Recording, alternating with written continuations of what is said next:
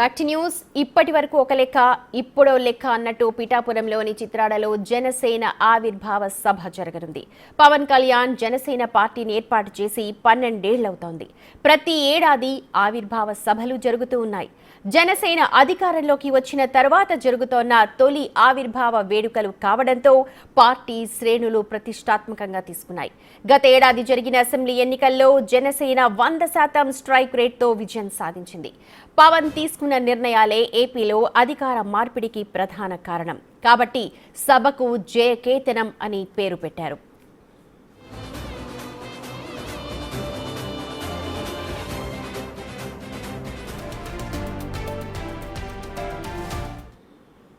అధికారంలోకి వచ్చిన తర్వాత ఏం సాధించామన్న విషయాలను పవన్ ప్రసంగిస్తారు. దీంతో పాటు పార్టీ నిర్మాణంపై ఫోకస్ పెట్టనున్నారు.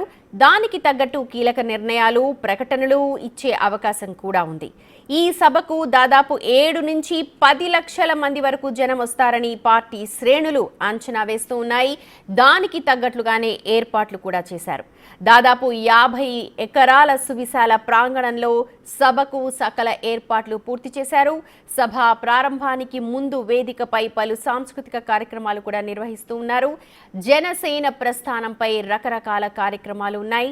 పవన్ కళ్యాణ్ కొడుకు అకీరానందన్ కూడా ఒక లైవ్ పర్ఫార్మెన్స్ ఇస్తారు అన్న వాదన, అలాగే ఇంటర్నల్ గా పార్టీ వర్గాల నుంచి అందుతోన్న సమాచారం.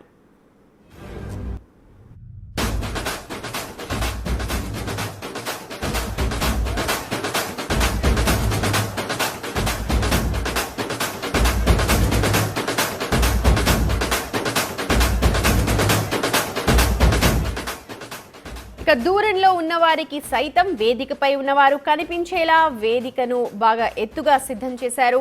ప్రధాన వేదికగా 250 మంది కూర్చునేలా దాన్ని ఏర్పాటు చేశారు. ఇక వీవీఐపీలు, వీఐపీల కోసం ప్రత్యేక సిట్టింగ్ ఏర్పాట్లు చేశారు. వాహనాల పార్కింగ్కు 5 ప్రాంతాలను ఎంపిక చేశారు. దాదాపు 1600 మంది పోలీసులు భద్రతను కల్పించనున్నారు. కాకినాడ జిల్లా ఎస్పీ 4 రోజులుగా చిత్రాడ సభ వేదిక దగ్గర ప్రత్యేకంగా పర్యవేక్షిస్తూ ఉన్నారు. మహిళలకు ప్రత్యేక గ్యాలరీలు, అలాగే సౌకర్యాలను కూడా ఏర్పాటు చేశారు. దాదాపు 75 సీసీ కెమెరాలను పరిసర ప్రాంతాల్లో ఏర్పాటు చేసి పర్యవేక్షిస్తూ ఉన్నారు. ఇక వేదిక ప్రాంగణంలో ఎల్ఈడి స్క్రీన్లను కూడా ఏర్పాటు చేశారు.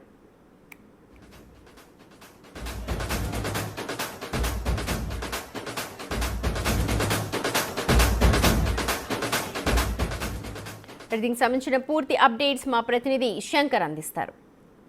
కాకినాడ జిల్లా పిఠాపురం నియోజకవర్గం చిత్రాడ గ్రామానికి అయితే జనసైనికులు పోటెత్తుతున్నారు. ప్రస్తుతం మనం వీవీఐపీ గేట్ దగ్గర ఉన్నాం. చూడొచ్చు పరిస్థితి ఏ విధంగా ఉందో.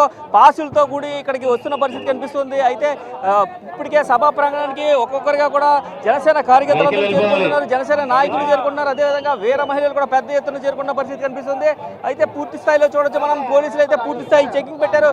ఇప్పటికే 1600 మంది పోలీస్ సిబ్బంది ఇక్కడ ప్రస్తుతం ఇప్పుడు పహారలో ఉన్న పరిస్థితి కనిపిస్తుంది. అదేవిధంగా చూసుకోవచ్చు ప్రతి ఒక్కరికి పాస్ ఉన్న వాళ్ళు మాత్రమే లోపలికి ఎలా చేస్తున్న పరిస్థితి ఇక్కడ కనిపిస్తుంది. అయితే ఎండ తీవ్రత కూడా ఎక్కువగా ఉండడంతో అయినా వారికి కేటాయించిన పాసులు కాకుండా పక్క గ్యాలరీస్ లోకి వస్తున్నట్టుగా కూడా చెప్తున్న పరిస్థితి కనిపిస్తుంది. అదే జనసేన వాలంటీర్స్ గా ఉన్నవారు వారికి గైడ్ లైన్స్ ఇవ్వాలంటూ కూడా పోలీసులు సూచిస్తున్న పరిస్థితి కనిపిస్తుంది. అయితే మనం ఇక్కడ గేట్లు చూసుకోవచ్చు.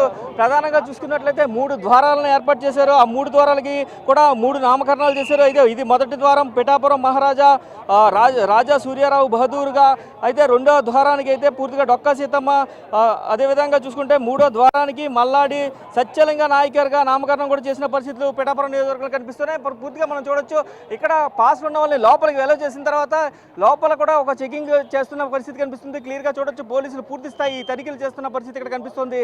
పూర్తిగా పాసులు చెక్ చేసిన తర్వాత లోపలికి పంపిస్తున్నారు.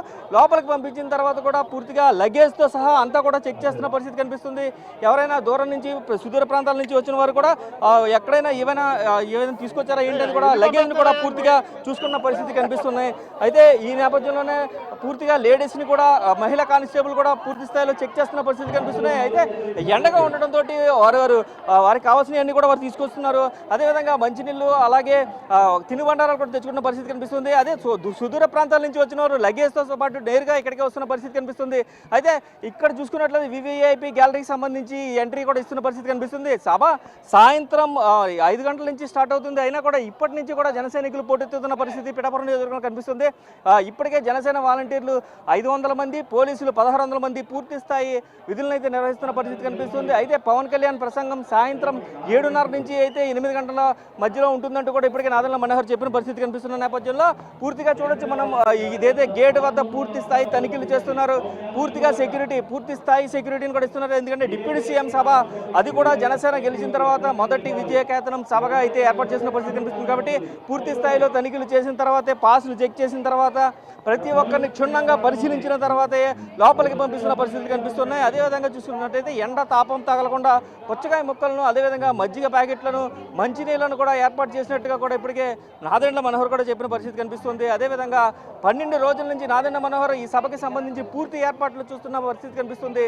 అలాగే 14 కమిటీల ద్వారా పూర్తి స్థాయిలో అయితే ఇప్పటికే సభకి సంబంధించిన అన్ని ఏర్పాట్లు చేశారు. అయితే ఇప్పటికే జన సైనికులు 11 కావస్తుంది సమయం చూసుకున్నట్లయితే ఇప్పటికే సభా ప్రాంగణం వద్దకు చేరుకుంటున్నారు. మండు టెండను సైతం లెక్క చేయకుండా జన సైనికులందరూ కూడా ఏదైతే జనసేన ఆవిర్భావ దినోత్సవం, అలాగే జనసేన జయకేతన సభగా పిలుచుకుని ఈ సభకి హాజరవుతున్న పరిస్థితులు పిఠాపురం నియోజకవర్గంలో కనిపిస్తున్నాయి. కెమెరామెన్ రవితో శంకర్, బిగ్ టీవీ. రైట్, అది పిఠాపురం చిత్రాడలో జరుగుతున్న జనసేన ఆవిర్భావ సభ. అలాగే కార్యకర్తలు పెద్ద సంఖ్యలో అక్కడికి హాజరవుతున్నకు సంబంధించిన మా ప్రతినిధి శంకర్ అందిస్తున్న డీటెయిల్స్. ఇటు తెలంగాణలోని కోరుట్ల నుంచి కూడా భారీగా వచ్చారు జనసేన నాయకులు. అక్కడికి సనాతన ధర్మ రక్షకుడు పవన్ తమ గడ్డపై అడుగు పెట్టాలి అంటూ అక్కడ ప్లకార్డులు కూడా ప్రదర్శిస్తూ కనిపించారు.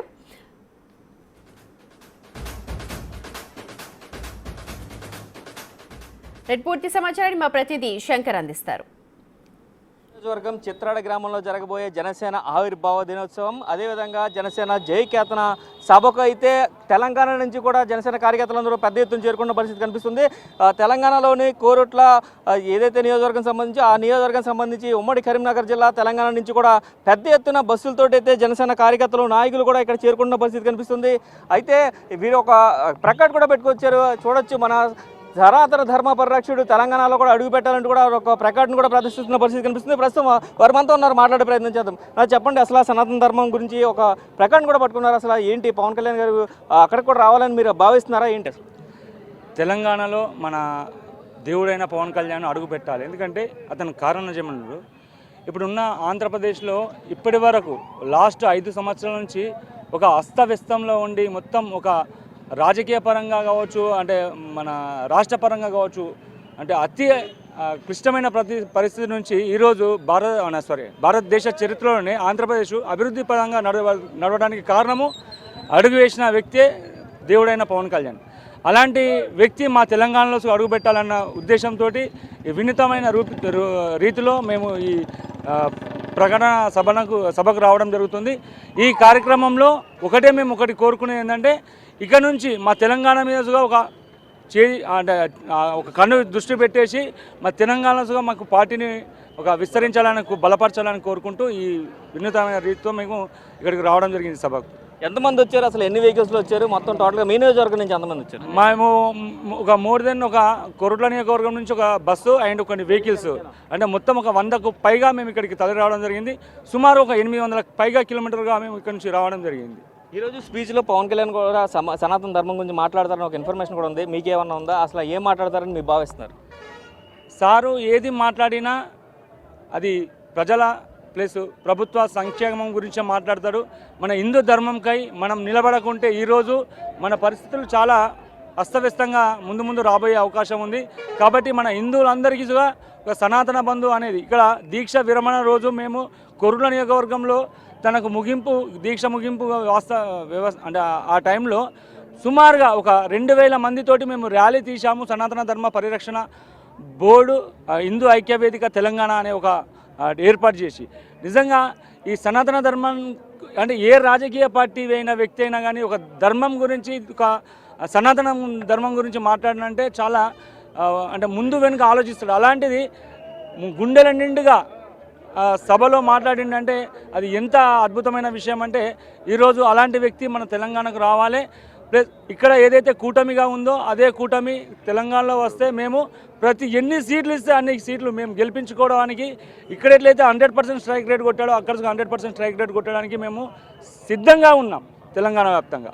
ఇది చూసుకున్నట్లయితే తెలంగాణ నుంచి కూడా భారీ ఎత్తుగా జనసేన కార్యకర్తలు తిరిగి వస్తున్న పరిస్థితి కనిపిస్తుంది. అదేవిధంగా చూసుకుంటే అనేక సుదూర ప్రాంతాల నుంచి వస్తున్నారు. అయితే సనాతన ధర్మానికి సంబంధించి ఎవరైనా మాట్లాడాలంటే ఆలోచిస్తారు, కానీ పవన్ కళ్యాణ్ మాత్రం గుండెల నిండా జనసేన పార్టీని, అదేవిధంగా చూసుకున్నట్లయితే పవన్ కళ్యాణ్ అయితే గుండెల నిండా సనాతన ధర్మాన్ని నింపుకుని సనాతన ధర్మ పరిరక్షకుడిగా అయితే నిలవనున్నారు. అదేవిధంగా ఇక్కడ ఏ విధంగా అయితే కూటమిగా ఏర్పడ్డారో అదేవిధంగా తెలంగాణలో కూడా కూటమిగా ఏర్పడాలని కూడా వాళ్ళు చెప్తున్న పరిస్థితి కనిపిస్తుంది. పూర్తి స్థాయిలో చూసుకున్నట్లయితే తెలంగాణ నుంచి ఇతర రాష్ట్రాల నుంచి కూడా జనసేన ఆవిర్భావ సభకు అయితే పిఠాపురానికి పెద్ద ఎత్తున కార్యకర్తలు, ప్రజలు, అదేవిధంగా నాయకులు కూడా వస్తున్న పరిస్థితి ఇక్కడ కనిపిస్తున్నాయి. కెమెరామెన్ రవితో శంకర్, బిగ్ టీవీ.